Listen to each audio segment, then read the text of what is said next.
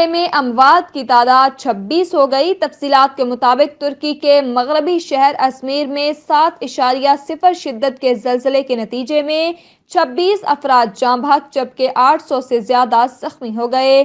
مزید ہلاکتوں کا خدشہ ظاہر کیا جا رہا ہے۔ ترک ڈیزاسٹر مینجمنٹ ایجنسی کے مطابق ازمیر میں زلزلے سے تقریباً 20 عمارتیں گری ہیں اور 800 سے زائد افراد زخمی ہیں۔ ملبے تلے دبے افراد کو نکالنے کے لیے امدادی کارروائیاں جاری ہیں۔ واضح رہے کہ ترکی کے ڈیزاسٹر اینڈ ایمرجنسی مینجمنٹ کے ہیڈ آفس کی ویب سائٹ پر دی گئی معلومات کے مطابق ازمیر کے علاقے صفری حصار سے 17 کلومیٹر دور بحیرہ ایجین میں ترکی کے مقامی وقت کے مطابق 2:51 پر زلزلے کے جھٹکے محسوس کیے گئے۔